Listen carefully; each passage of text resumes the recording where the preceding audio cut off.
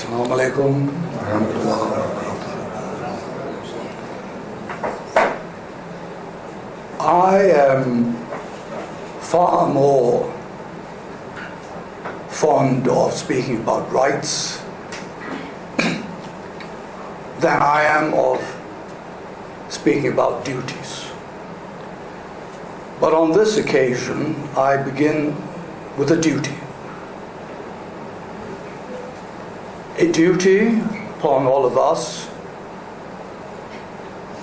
of which we were instructed by the Holy Prophet himself, peace be upon him. And that duty is to seek knowledge. So may there be blessings upon us for coming here to listen to Professor Brown. And even greater blessing may there be upon him for coming here to impart this knowledge to us. We have only traveled a short distance. He has come a long way.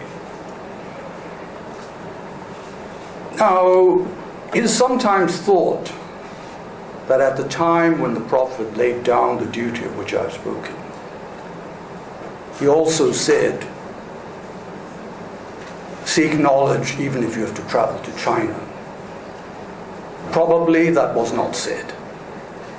But it is an illustration of the nature of the duty.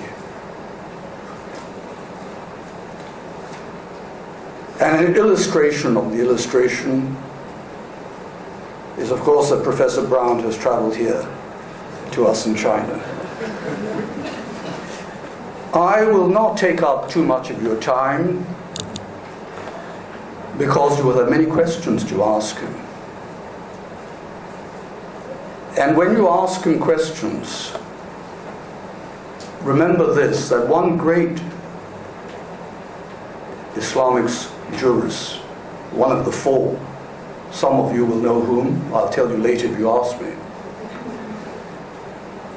said that he was never concerned when discussing matters of religion or religious law with whether God would reveal the truth through his words or the words of the other person. So I will listen to your questions and Professor Brown's answers with great interest. And from one, or perhaps both of them, let some truth emerge. I have been professionally concerned with what I suppose is called a secular constitution, which favors no particular religion. A great Islamic scholar of modern times said that to be a Muslim by free will and conviction, which is the only way that you can be a Muslim, he needed a secular constitution. I'm not sure that my agreement with that reaches 100%. Because I'm sure that a devout Muslim, if faced with a human law that said you have to be a devout Muslim, would simply be unaffected by it. It would be an irrelevance.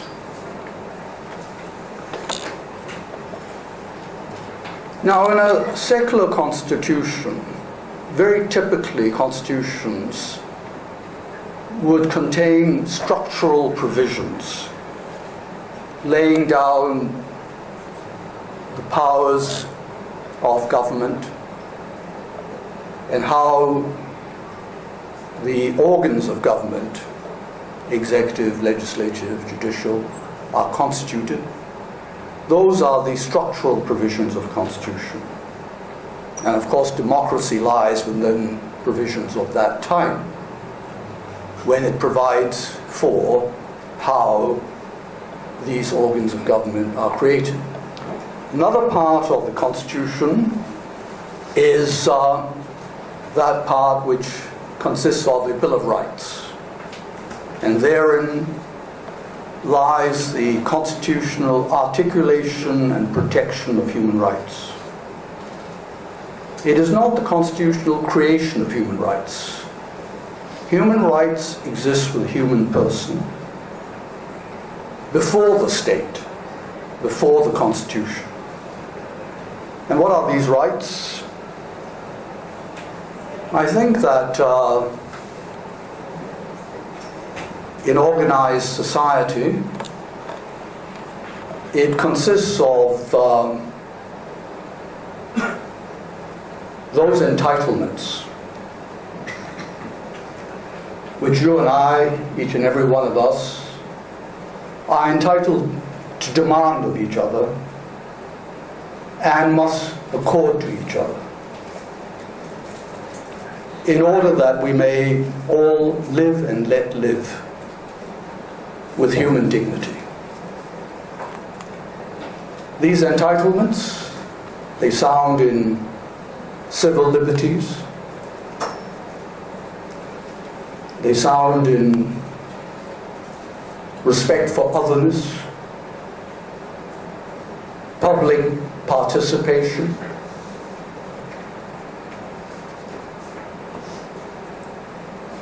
the necessities such as health, care, education, clothing. If clothing doesn't sound much, I assure you that you can die of cold quicker, not only than you can die of starvation, but even more quickly than you can die of thirst.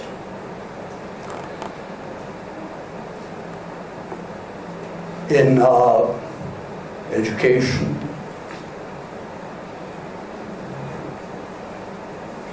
personal security, a right to property, however modest. The poor person's property is more precious to her or him than the vast fortune is to a rich person. And that right should be protected.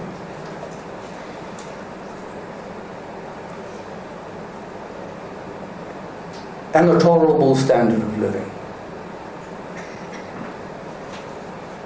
Is this important? Of course it is. Just ask yourself this question. If you think that you are so strong that you don't need all these things,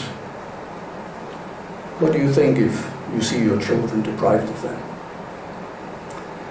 There's a proverb among the Tibetans that the greatest sovereignty is poverty. Well, if you are so tough, good luck to you. But don't impose it upon others.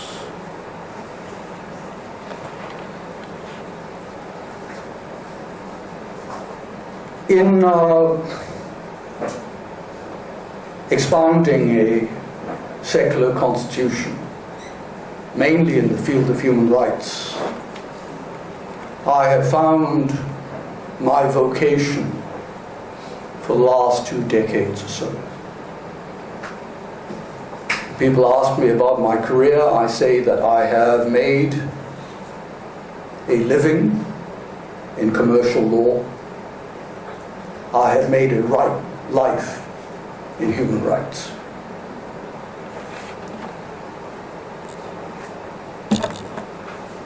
Has my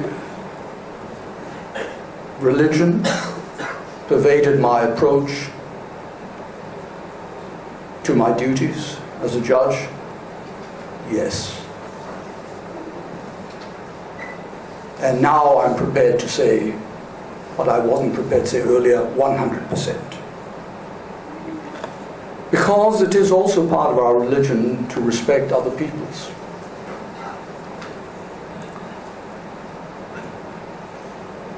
Some years ago, in a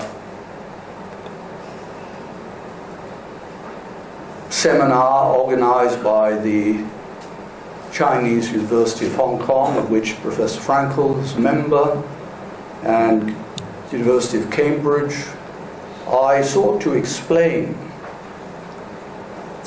what the judiciary is really doing when it holds the government to account, when it exercises judicial review and constitutional review. And I illustrate what we're doing by quoting from the Sunnah. When the Holy Prophet said to the people, help your brother, whether he is the oppressed or the oppressor. And the people questioned how they were to help if he was the oppressor, and they were told by staying his hand from oppression. And when the judiciary holds the government to legal account, we are not doing anything against the government. We're helping them to fulfill their duty. One more illustration only now. Equality is one of the most important of human rights. Because if you look at the history of the world, you will see that so many struggles have been for equality. And can there be any more perfect understanding of equality than that of the Muslim man of whom I will now speak?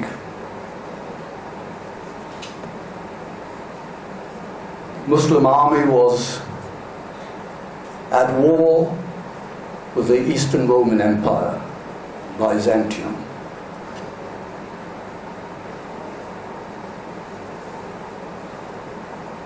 And they were vastly successful because of the spirit of the army. And the Eastern Roman Empire sent emissaries to the Muslim camp to talk peace. They asked to see the commander, and they were taken to a man who was squatting on the ground, cooking his meal. They said to him, we want to speak to the commander. He said, I am the commander. He said, but you are cooking your own food. He said, the Prophet told these men to follow my command in battle. He did not tell them to cook my food. Thank you very much. I think that we have a lot to think about from both of our speakers.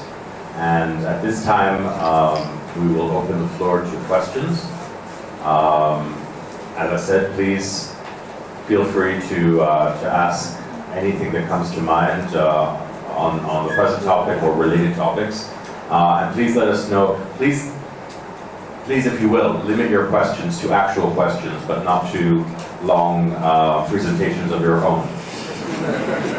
Okay, I already see some people in the audience. What we'll do is we'll pass the microphone to the audience members. And do you have the preference of collecting questions or one by one? Whatever is most efficient. Okay, let's try one by one first and see how it goes. okay, so yes. Yes. Would you like to Assalamu alaikum. Thank you, Professor Brown and Justice Bukhari, for your wonderful presentations. My question is related to human rights in China. Western countries, especially the United States, like to criticize China for a violation of human rights.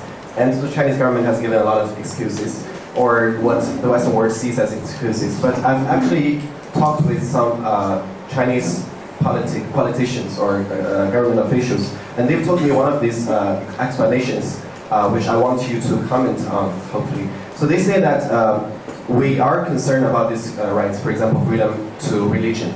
But we do have certain restrictions at the current stage because China as a state is still very young, as a polity is very young.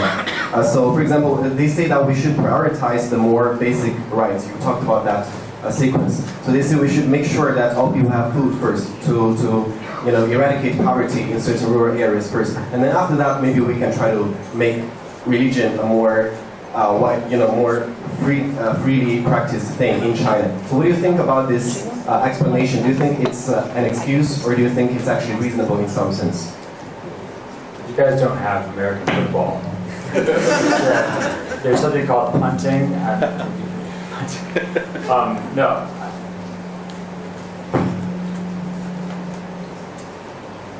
I mean, I think that I'm not going to evaluate an answer or evaluate an explanation or position. I mean, except to say that I think that this kind of question gets us immediately into what I was discussing, which is, can you hear me?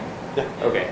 Which is, if you talk about human rights and you don't really have an agreement upon what basic human, for example, you could talk about sort of basic human rights, what are called like non-derogable, what's called non-derogable human rights. You can't, like for example, it's never okay to torture somebody. You can never say like, yeah, but I need to torture him, right? Whereas something like freedom is derogable in the sense that someone can commit a crime and be put in prison and have their freedom taken away. Or during a war, a state might say, we're going to place certain restrictions on expression because of a certain, current conditions, right? So these are, one society might say that the right to practice your religion, as long as it doesn't unduly burden others, is a basic human right, right? That you cannot take that away. It doesn't matter if people are hungry or not hungry, or you're at war or not war, right? So another society might say, okay, we agree with you, but we feel unduly burdened. Then you get into this debate about what, this person, we think, yes, everybody should have the right to practice their religion, but these people's religious practice is causing a burden on others in a more abstract way. Maybe you don't appreciate this, but we appreciate this. So quickly, this discourse, which is supposed to be agreed upon and unifying and sort of provide the framework for people to hold each other accountable in a way that they've all agreed to, it breaks down very quickly, This is why, there's a lot of people who say that, Western discourse on human rights is sort of an imperialist discourse, right? That it's about, that Western countries will impose these on others, hold others accountable, and not hold themselves accountable even to the same rights, let alone to the fact that the articulation of those rights to begin with might come out of a certain religious tradition, like a Christian religious tradition or a Western European religious tradition. But on the other hand, you could say that, look, there are basic rights we agree on, and certain things that governments do really are just, it's very hard to imagine anybody accepting these, right? In terms of what like the Chinese government says, or what if it's sincere or not, I just don't know enough about the topic to evaluate it.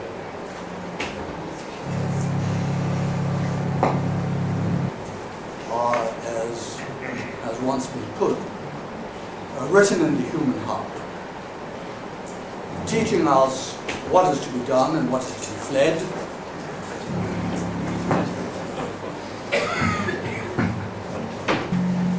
And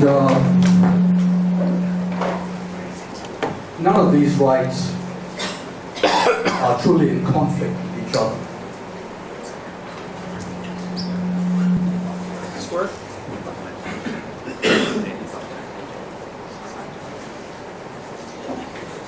But you know, the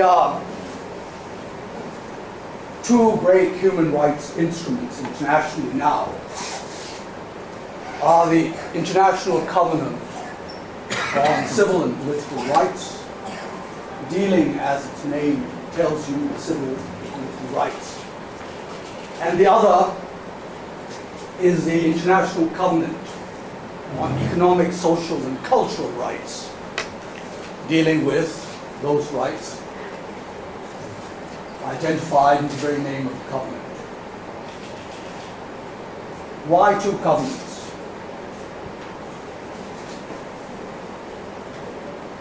If one includes deaths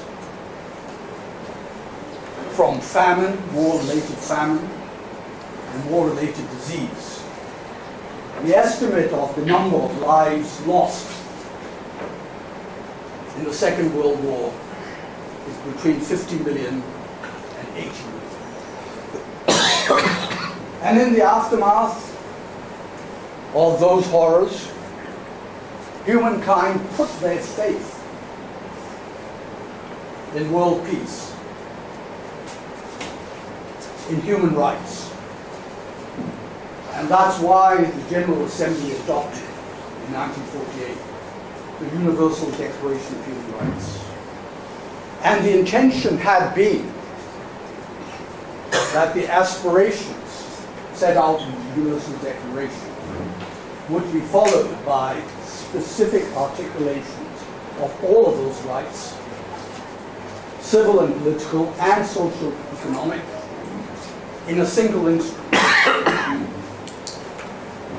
And the world community worked towards that end.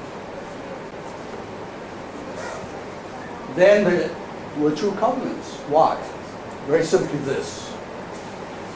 The Western powers felt that concentration on socioeconomic rights would be used by the Eastern Bloc as an excuse for denying civil liberties.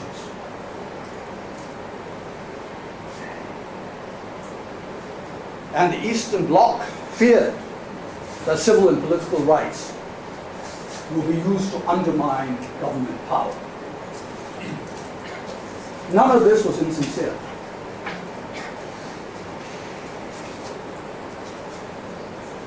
A fear, even if not well-founded, is by its nature sincere. You can't be insincerely afraid. And therefore, I think that sometimes governments overstate their position. And on those occasions when they have been too apt to impose control, to suppress dissent, they say that kind of thing. And sometimes they deny socioeconomic rights, wrapping themselves in a sheet of virtue because of all civil and political rights that they recognize. But you know, it has been said that free speech is very useless to a starving man. Not quite. You can stand up and point out why it is that he's starving. It was also said, it was said by an advocate, Andrew Hamilton, an American attorney, defending a publisher, Mr. John Zengler, in New York, at the time when America was still a British colony. Defending him on a charge of sedition. And he said that the man who loves his country puts its liberty first, well knowing that without liberty, life is illusory. It is a misery to be unfree. It's a misery to starve. We must pursue all of these rights and tolerate no unjustifiable delay of duty. And you don't need to accuse anybody of insincerity. You just have to say you are wrong. To ask, especially in the light of what Justice Buhari said about our role as individuals in terms of trying to voice out what we should do in terms of oppression or for oppressed or oppressor. I would like to ask, in terms of the issues, for example, of Palestine, of Kashmir, what should we do as Muslims in order to, for example, here in Hong Kong, what can we do, and how do we support or not support any of those movements overseas? Thank you.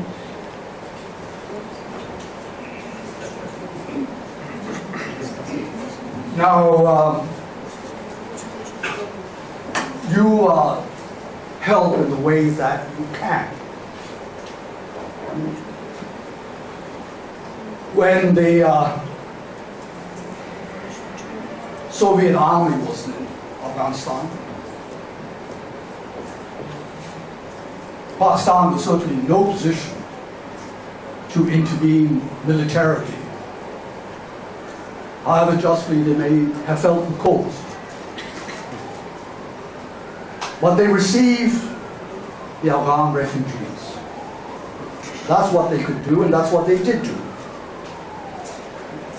It caused a lot of resentment among a lot of Pakistani people, and I remember many, many years ago, when the President of Pakistan was visiting Hong Kong, there was a huge gathering of the local Pakistani community, and some people expressed great dissatisfaction with the help that was being given to the Afghan refugees in Pakistan.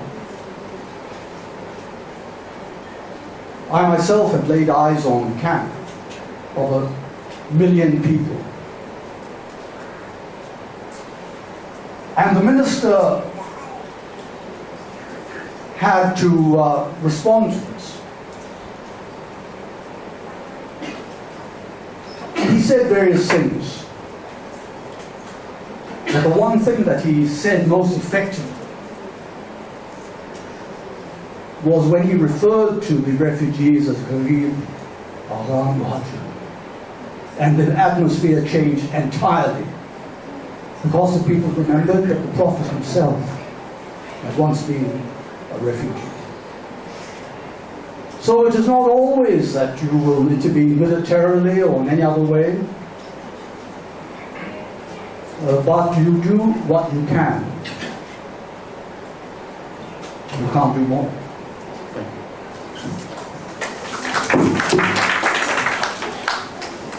Regarding what the Chinese government is doing specifically, like aside from the listing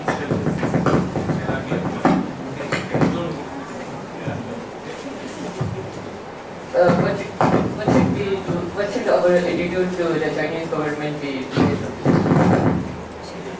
Because of what should our attitude to the Chinese government be because of what they are doing to the Western state, like Xinjiang and so. Specifically with regard to the Chinese government, what should our attitude be? Specifically with regard to what the Chinese government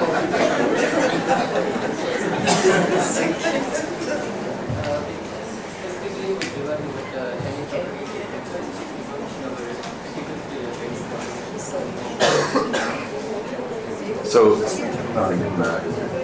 you, faith has raided your duties when you were judging. So is that was, if my understanding is right, what kind of problem you had being a Muslim judge in Hong Kong?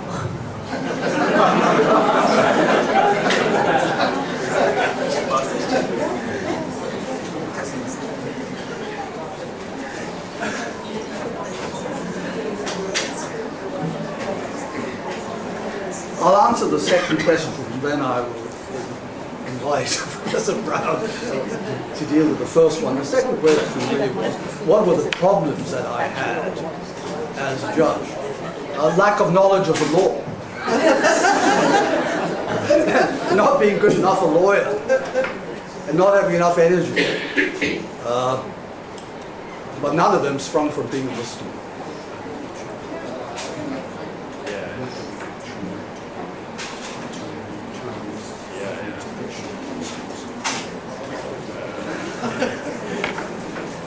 Well, I swear, this Hong Kong audiences do not go easy on the speakers.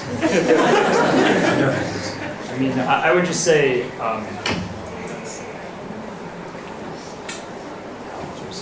I mean, like, there's a great Arabic phrase, Ya gharib kun adib. Does anyone know this? You're a foreign person or guest, or be polite. So I'm gonna, you can discuss these things amongst yourselves. It's not my place to tell anybody what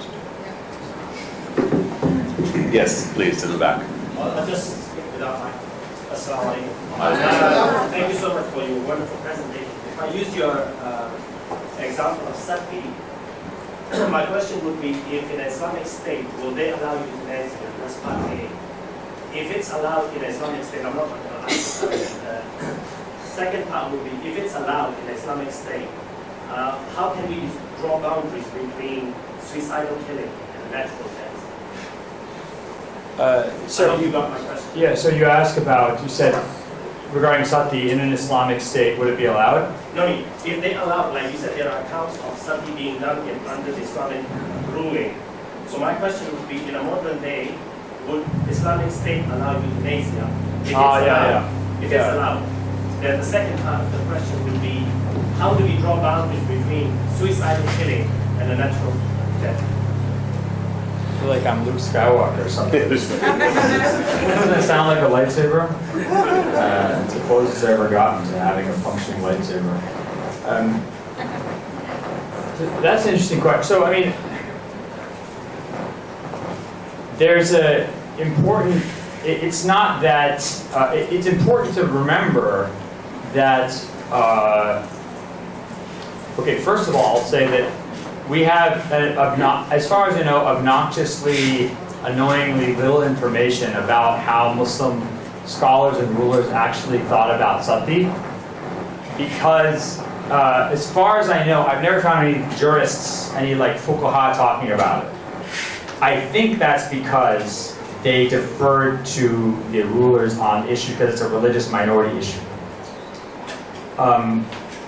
We don't have a lot of the, as far as I know, and I could be wrong, and if anyone knows, please correct me, we don't have a lot of even court or like sort of political discussion around Sati from the Delhi Sultanate period onward, because I don't think these guys talked a lot about this stuff. I mean, but it's important to distinguish their approach to that and something like euthanasia today, because for them this was a religious issue. So another really interesting area you can see this in is in Muslim scholars talking about Zoroastrian immediate family incestuous marriages. It's called the Khotadeh marriage. The majority position amongst Muslim scholars is that Muslim judge could not himself be involved in the marriage, but that Muslims would allow Zoroastrians living under Muslim rule to engage in immediate family incestuous marriage. Even though Muslims considered this to be, not only did they consider it prohibited in Islam, they considered it to be prohibited even just almost like on a natural law level. Right? It was sort of disgusting to them. But because it was a religious practice, they allowed it, right? On the other hand, if you looked at how they dealt with riba,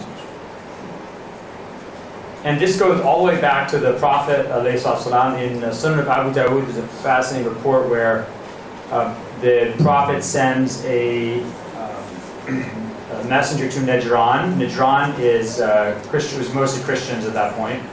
Najran's now on the border between Saudi Arabia and Yemen. It's in Saudi Arabia, it's on the border of Yemen. And he says that we will not interfere with your religion, with your bishops, with your priests. Just send us X amount of taxes, and but you cannot do riba. So why is he saying you can't do riba? Because this is hurting other people. Right? So this is exploitative practice. So you want to burn yourself to death, because it's a religious practice. You want to marry your immediate family member because it's a religious practice. We don't sense any exploitation there, but usury is exploitative. The difference between euthanasia and, I think euthanasia would not be a religious matter, right? So if someone was saying they wanted to kill themselves out of religious duty, that'd be very different than saying they want to kill themselves because they are unhappy or they're in pain or something. And then it simply gets to a question of how Muslim scholars want to think about euthanasia, right? I mean, there's a whole Islamic medical ethics discussion on euthanasia. So you could either take how Muslims talk about this and assume that we're going to apply this to other traditions, let's say non-Muslims living under Muslim rule. Or you could say that another option would be to say that because it's forbidden in their religions, we're going to defer to their religious legal systems and not allow it because they don't allow it for themselves. But for Muslims, it would be a matter of an Islamic legal discussion. It wouldn't have anything to do with other religious groups.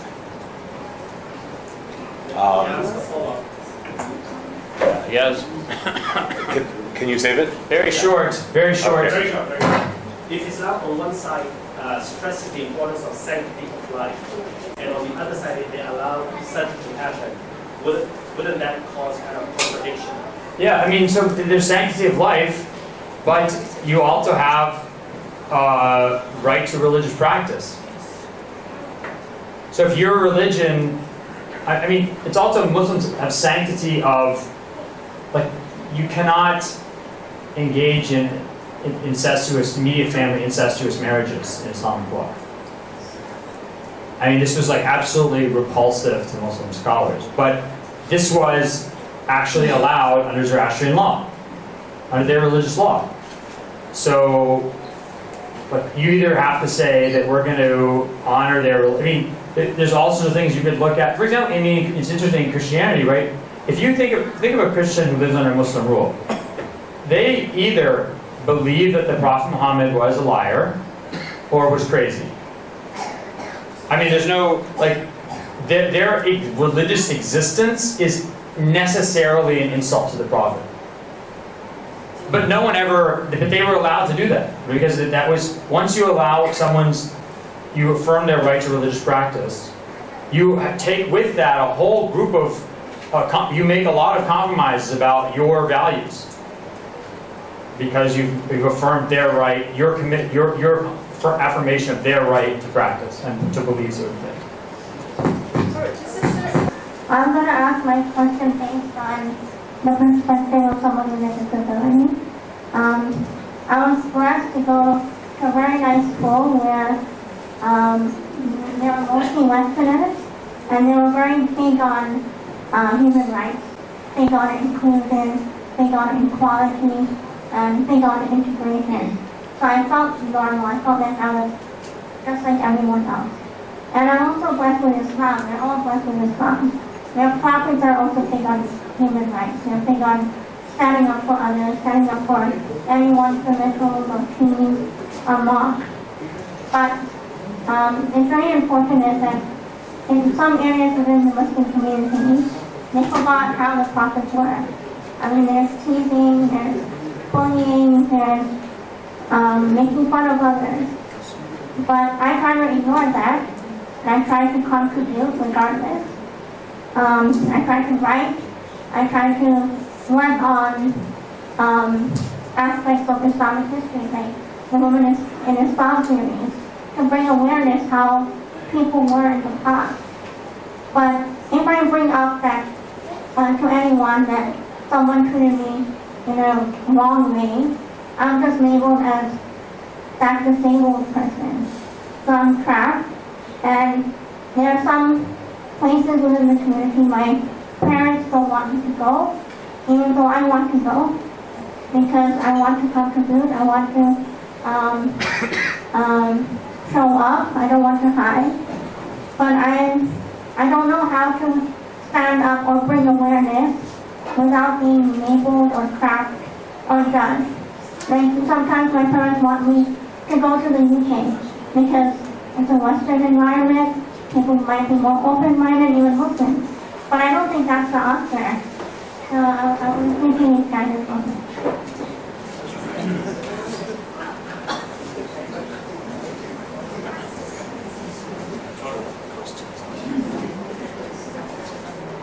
Now, if there is in any way that mother and daughter doesn't see things entirely the same,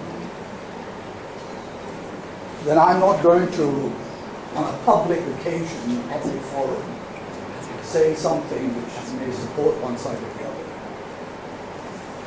But if Basma will take you to my house one day for us to have a meal, we'll sit down and talk about it. Father is also there.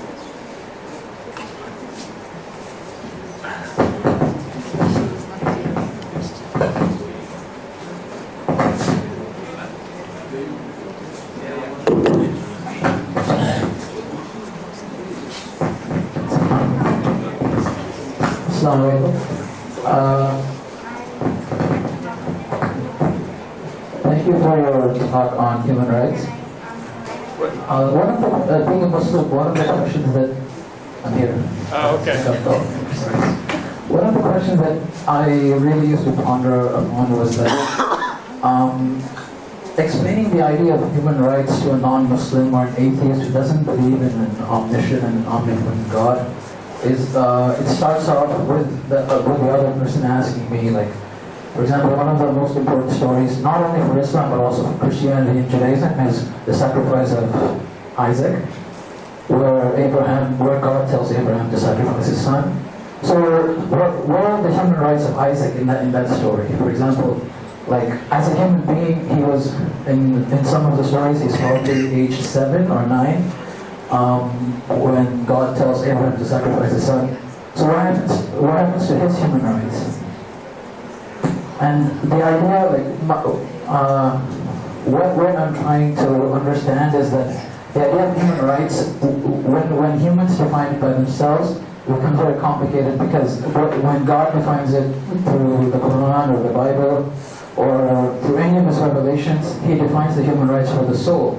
So it has to be before the soul reaches the body, or how else would you put it? Like, each human has the same rights, because some humans are born with disabilities, some are born perfect. So, like, yeah. I mean, I want to answer your question. Sometimes my flight leaves tomorrow at, like, I don't know, sometime in the afternoon. I mean this. With your mom's permission, if you want to go anywhere in Hong Kong, I'll go with you. And if somebody says something mean to you, I'll smack them in the back of their head as hard as I can, because that really pisses me off. It's just the idea that somebody would say something insulting about God's creation makes me so angry, it makes my blood boil, you know? This is absolutely, completely unacceptable for Muslims to do this. It's despicable. Those people should really think about what would happen to them if they were suddenly in a wheelchair, how they're going to be treated. These people are small-minded morons who don't think or reflect or have any empathy, and maybe because they have other problems in their lives or something like that, or maybe because they're just jackasses. But I'm serious. You want to go someplace, we'll go there, wherever, and they can make fun of the well-dressed white guy, see how they feel. Utilize white privilege or whatever, get some use from it. We can talk more after this. The question about, remember, the child wasn't actually sacrificed. So that's important. So his human rights weren't violated. I mean, I'm just making that clear, right? So, and the idea is that we were talking about this yesterday, right? If you're a prophet, right? If you have direct communication with God, there's no sitting around being like, does God exist? I don't know, man. Does God exist? Yes, God exists. Because he's talking to you. Okay? I don't know. What does God want from me? He just told you what he wants from you. Now this is the Abrahamic question, which is, if God tells you to do something, are you going to do it or not? Are you going to obey God or not? If God is the creator and master of the universe, your creator, and he tells you to do something, are you going to do it? And the answer is yes. Now, God doesn't actually want Isaac or this child to die, Ishmael to die. So he doesn't. It's interesting, by the way, in the Mu'tazilite tradition of theology, Mu'tazilite Muslim rationalist tradition, they didn't believe. So in the Quran, Abraham says, I saw this. I saw that I had a dream or a vision or a revelation that I would do this. The Mu'tazilites didn't accept that God had actually commanded it. Why? Because it's inconceivable to them that God could even command, even as part of a test, command something unjust. So that for them, like Abraham had a dream that was he mistook what was the commandment. So the point is, it's interesting that there's, even in the Islamic tradition, obviously it's a minority position, it's not the mainstream Sunni position, but there was, they didn't accept the standard interpretation of this Quranic story, which is, by the way, a lot less clear than the Old Testament, right? So maybe the Mu'tazilites are right. I'm not saying, I don't know if there are or not. But either way, just to bring up the kind of the Abraham Isaac or Abraham Ismail story as a case of failing in human rights is wrong because one, human rights weren't violated. Two, it misses the whole point. I'm not saying that's your position. I'm saying the position of the person who's asking this. Yeah, I might add also that in the Quranic account, Abraham's son was consensual. He complied. Yeah, this is not a violation of rights. Yeah, so he said, I can, I also obey God. For both the speakers, you mentioned about the tradition of sati and burning a human and how that might be allowed today, but looking at the laws today, it would probably not be allowed on the basis of public morality, public health, etc. And it's like the Honorable Justice mentioned that post-World War II laws have come to be about holding yourself to a higher moral ground, and it goes beyond state sovereignties to a certain human rights go beyond state sovereignty, the traditional view of it. So even euthanasia has laws governing it. Even disposal of dead bodies, even by consent, has laws governing it. For example, you cannot consent to being eaten after you're dead because that would be against public health, morality, etc. So factually, it doesn't perhaps matter anymore who first came up with human rights. What eventually happened is that Muslims did mess up somewhere along the way and failed to prove that the conception of human rights that we have is the better one.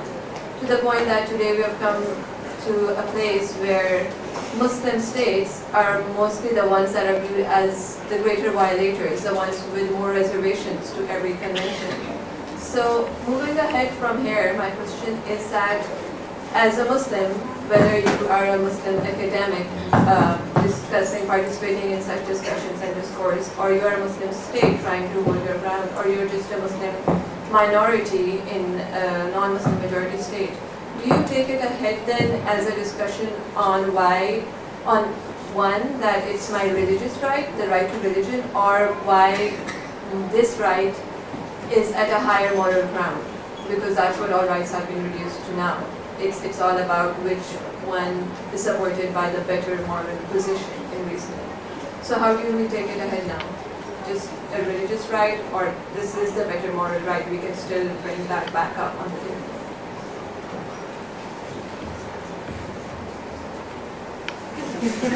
Well, since you began your question in the context of something, if the information is not enough, even for the great scholar, Professor Brown, to know exactly what was the thinking of the university leaders,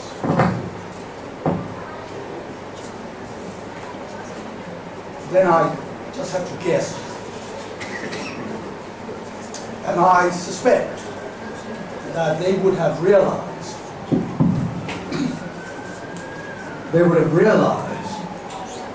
that any interference with something, even requiring permission, and the permission really was not so much permission as an investigation into voluntariness on the part of the woman. I think they would have realized that even requiring that would be perceived by the person who wanted to follow that custom as some oppression of a religious nature. But you know, sometimes you say, I don't actually care if your attitude is that, but you actually think I am suppressing you in your religion. Well, maybe I do care, but I don't care enough to back off because this is so simple. But what if now you have a situation where the woman herself, not somebody who believes in old customs, or may think it's more convenient to get rid of her rather than support her, or may even think, as in, I think, some communities, that that's one way of preventing the wife from murdering the husband. But now you are talking about the woman herself. And if even she would feel that she was being oppressed in her religious freedom, then that's a point of view that really would matter to me. And if I was a Muslim governor in that kind of situation, I would be a very good one. But I would probably say that if they generally are unhappy with our system requiring an interview, then that is unfortunate but cannot be helped. But we do require an interview and then perhaps give permission after the interview, because if this woman herself felt that she was being oppressed, that is a point of view that would matter to us. Now, there's not the slightest doubt, if you look around the world, there may be very great human rights violations in a country which calls itself Islamic. Well, that just makes us have to renew and redouble our efforts. I remember reading a book written by a very learned person, and he said, you know, some people believe that when ultimately Islam triumphs, that will be because all these countries which we identify as Muslim countries become powerful. He said, I don't know why we should assume that at all. Maybe it just means that some country, very powerful now, which is not an Islamic country, will become what we will generally recognize as Islamic country. Like the United States of America, for example. Why does the power of Islam have to evolve the countries which call themselves Muslim now becoming powerful. Maybe it is some country which is already powerful becoming Muslim. But it's a worldwide thing, and ultimately we each have to stand before God on the day of judgment, and we do our best. And we do our best not just for the purity of our souls, but also concern for others. So I've not answered your question very well. I would be very suspicious of anybody who could give a very good answer to such a difficult question. It is a thought-provoking question, and we will all go away and think about it more. I would like to ask a question, maybe some of the speaker minded. The reason is that we are doing so much research on human rights, Islamic and Western perspectives. If you see that we have a lot of books, we have a lot of papers in a very good impact factor or journals, you have seen a lot of. I would like to ask this question, is there any impact of our publications or over these books on the worldwide human rights? Because all the major powers, if you have a more power or majority or something is just like you have a more people around you, you can enforcement of any law to any country. Is it the human right? My question is that is it a human right? We are not following the even nation rights. Some nations only oppress the other nations.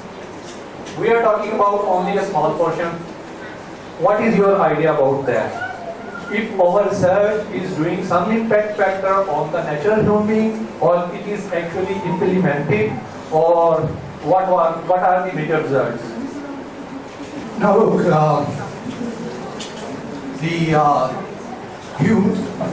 the nation state is well recognized now, and to some extent it contributes to the realization of human rights. And in some ways it runs counter to human rights. A very great anthropologist once said that there can be no doubt that the average Stone Age individual had more freedom than the average citizen of a liberal democracy today. We have organized ourselves in community. Why? We organize ourselves in community because we enjoy each other's personalities and because it is conducive to human existence. And we have increased these communities to the point of creating a nation state. And some of these states will oppress their own people. And some of these states will oppress other nations.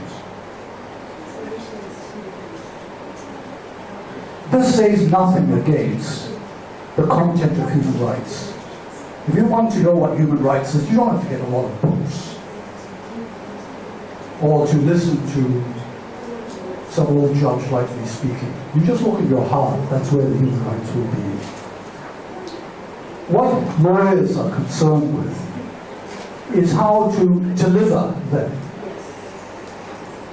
It's one thing for me to say that you have certain rights. It's another thing to have those rights delivered to you. So the purity of human rights is never affected by these things. But in the world in which we live, there are violations of human rights within nations, across international boundaries, and sometimes it's felt that denying a human right in any given case may have some advantage. Well, I assure you that according to human rights is not always easy. and sometimes it's downright dangerous. And if you deny human rights, such as torturing people, for example, you might even achieve a short-term gain, or what looks like a short-term gain. But the road back will be long, and the road back will be difficult. So we have to remember the pure existence of human rights. We have to concern ourselves with how to deliver it as a practical proposition.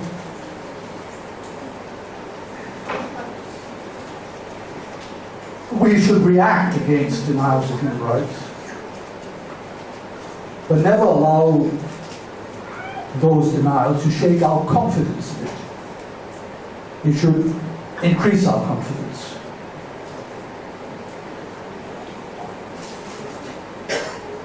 You know, I try to do what I can, and ultimately what's going to happen? I'm going to die trying. Unless you think that I'm going to give up before I die. And others will take over. And I'm confident in those who will take over because they include my grandchildren.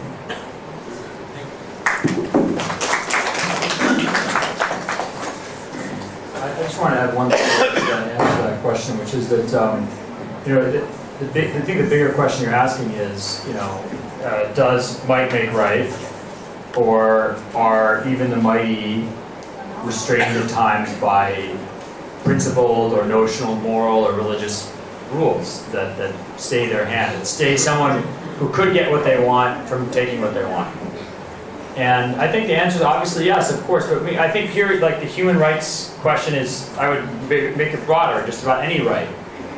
I mean, you could look at, there's some places in human history, some states or governments or communities where people have just taken what they wanted and killed who they wanted with impunity.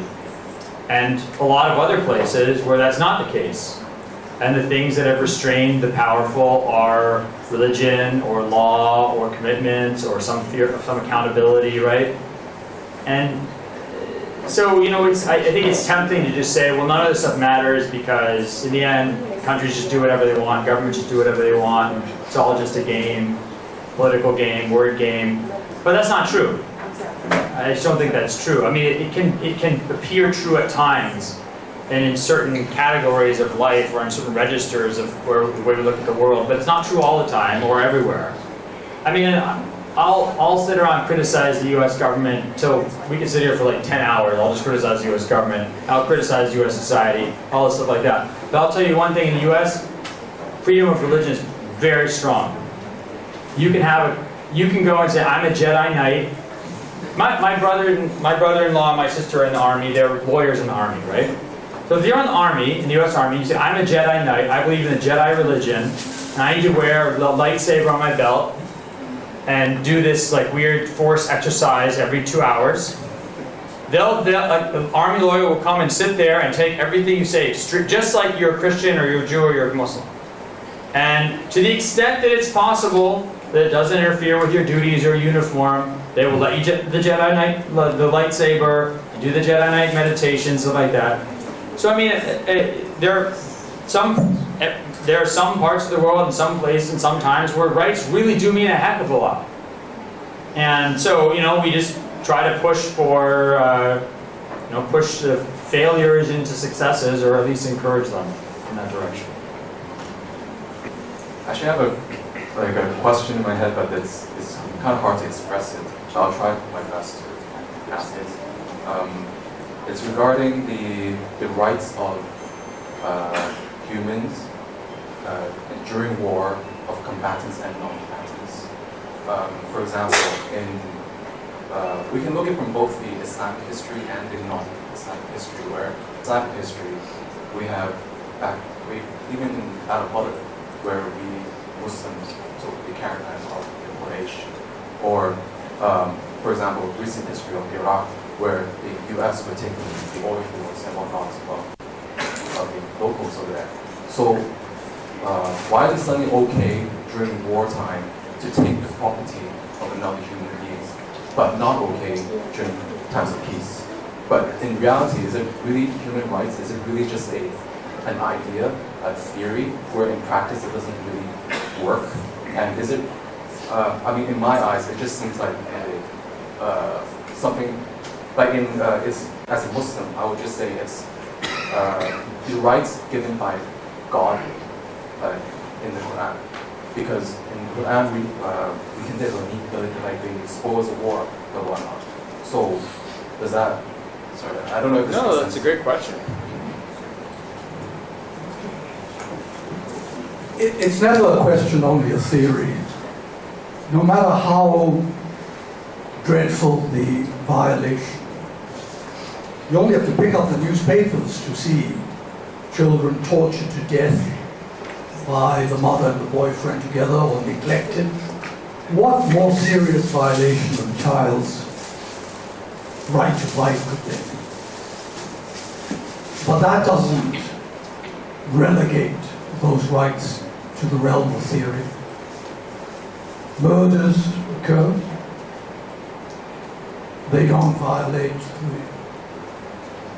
the existence of the right. They are just instances in which the right is violated. I wouldn't like to be a murder victim. Still less would I like to be a murderer. And if the choice was between murdering somebody and being murdered, I would choose to be murdered. So yes, there are many instances in which there's a violation of it in the course of peace and in the course of war. And sometimes the violation would be acknowledged. You might say, yes, so what? You may have all these rights, I couldn't care less about your rights. It's to my advantage to do this. Or sometimes somebody might make some excuse, which they sincerely believe, or they don't.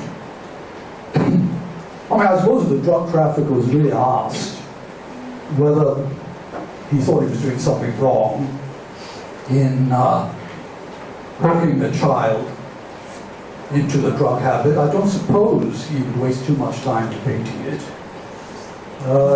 He couldn't care less, but I suppose he would actually say, yeah, it's wrong, but so what? So what could be worse? What could be a greater surrender to those who violate human rights than for those who believe in it to lose their faith in human rights because of those violations? That would be the greatest surrender.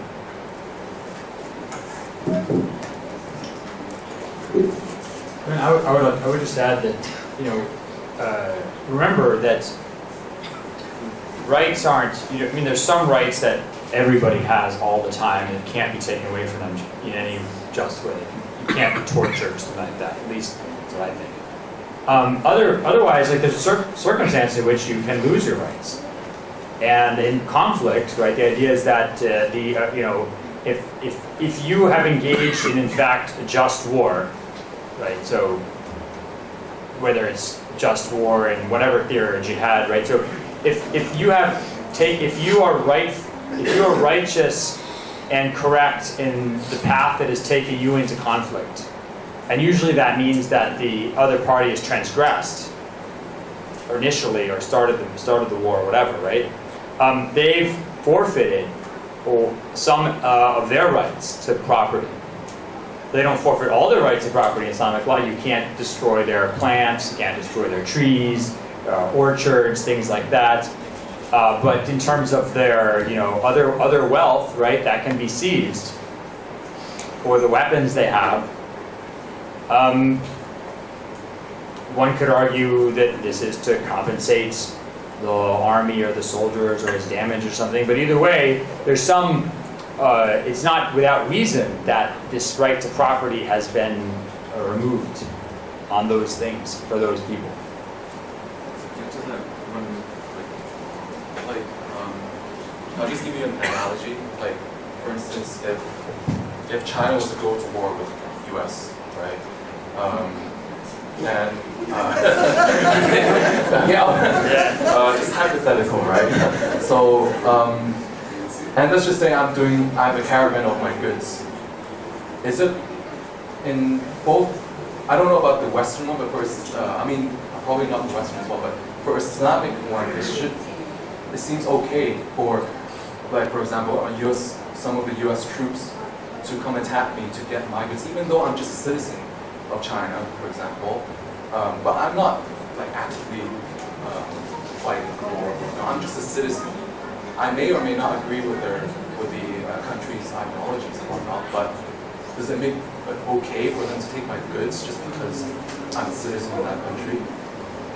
That's a good question. I mean, the idea here is that, you know, you're not transporting some military caravan, right? You're just a guy bringing, you know, 3 pounds of halal dim sum to someone else to get attacked by the American troops, or the Muslim troops in this case, right?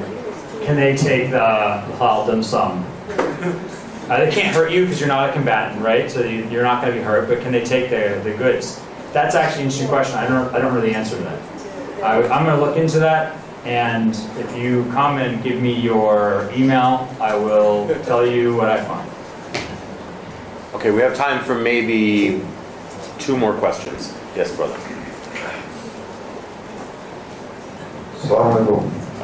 Nothing political. When I was a kid, the adage, spare the rod and spoil the child, was a very common adage, one that I, to some extent, agree with. As a kid in school, our headmaster had 3 canes used on naughty students. About 40 years ago, caning was an accepted punishment in the statute books in Hong Kong. Today, because of human rights, corporal punishment has been banned in many Western countries. It's not on in Hong Kong schools anymore, and probably parents can get into trouble with corporal punishment. What's the Islamic perspective on corporal punishment as a human right?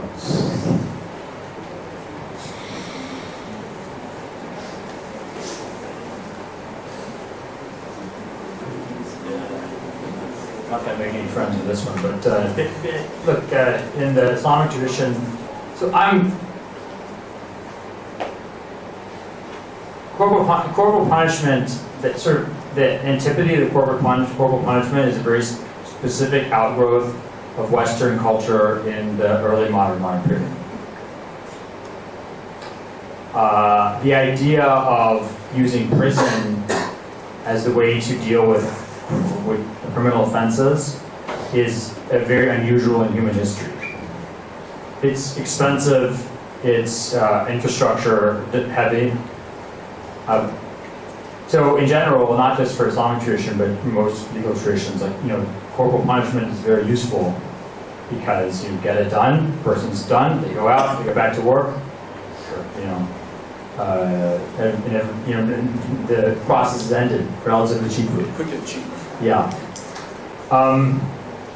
So my personal opinion is I think prison is far more barbaric than corporal punishment.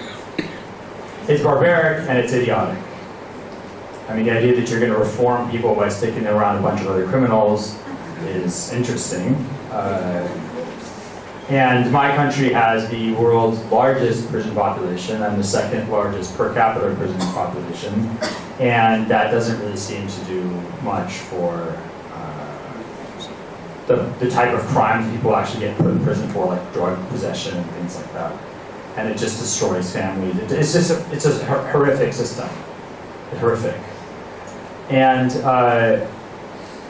the idea that, you know, you don't even strike children, again, is sort of, I don't think this is the result of some human progress, thinking about rights or morality. I think this is a very specific way of thinking about how we view, it's a luxury product of a luxury society, in this case, modern American society. And even in the US, it's interesting, you see a big cultural disagreement between like people in the African American community, where corporal punishment is still really common with children. And that the general community at large, which just really looks down on this, so that every once in a while this will bubble up in like some scandal because some NFL player will say that, you know, his mama had hit him when he was a kid or something. It was, oh, that's so uncivilized. But I mean, what's the answer that you're offering, like liberal parent? You know, talk to the kid. You know, talk to a 2-year-old kid, 3-year-old kid, explain to them why they're doing something wrong. I mean, I think that a lot of these are theories about shaping society that are not only unproven, we don't have the results for them, but I think they will almost inevitably have very bad results. And I don't see why we would remove from parents the right to reasonable discipline, reasonable physical discipline, which is in fact what people have in the United States, as far as in most jurisdictions. From the Islamic tradition, I think it's essentially reasonable physical discipline. For courts, you have limits on how many lashes you can do, what type of lashes you can do, and that's based on the different schools of law. But they're actually pretty low, to the extent that if you look at, let's say, Roman law in the Eastern Roman Empire, what was considered to be excessive, like where you're getting into excessive beating for a slave, for example. John Chrysostom, the famous 4th century preacher, would talk about, you know, if you're hitting your slave 35 times, this is wrong, you know? Well, I mean, that's above the limit of most madhabs for what you're allowed to inflict in court. So Islamic law was really like a lot lower, had again a very conservative limit on number of strikes. And the general rule was for domestic disciplining of children and things was darb mubarrah. You can't strike the person in such a way that it's going to cause injury or mark or things like that. I don't know if that answers your question or not. Thank you very much. I'm sorry, we no longer have time for any more questions today. I knew this would happen, and I could have predicted it because our speakers are just so knowledgeable, and I know that you all have so many questions. But what I can say is, inshallah, we will have other opportunities in the future to draw upon their knowledge. I encourage you to go out and get Professor Brown's books and read his articles. They will answer many of the questions that you may have. And I just want to thank all of you for your very thoughtful questions. I think they really brought out a lot of truth as we were hoping they would. I would like to thank, of course, Justice Bukhari and Professor Brown for giving us their time and sharing their knowledge, their wisdom, and also I think their passion and compassion with us today. It was very gratifying for me personally. I hope it was for you too. So please, again, join me in thanking them.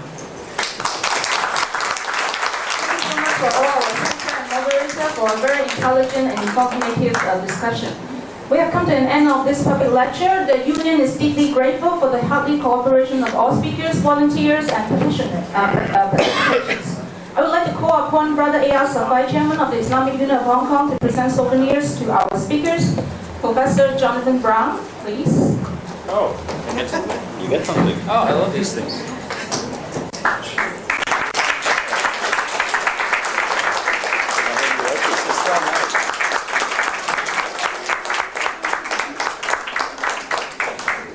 The Honorable Mr. Justice Bukhari. Thank you. It's like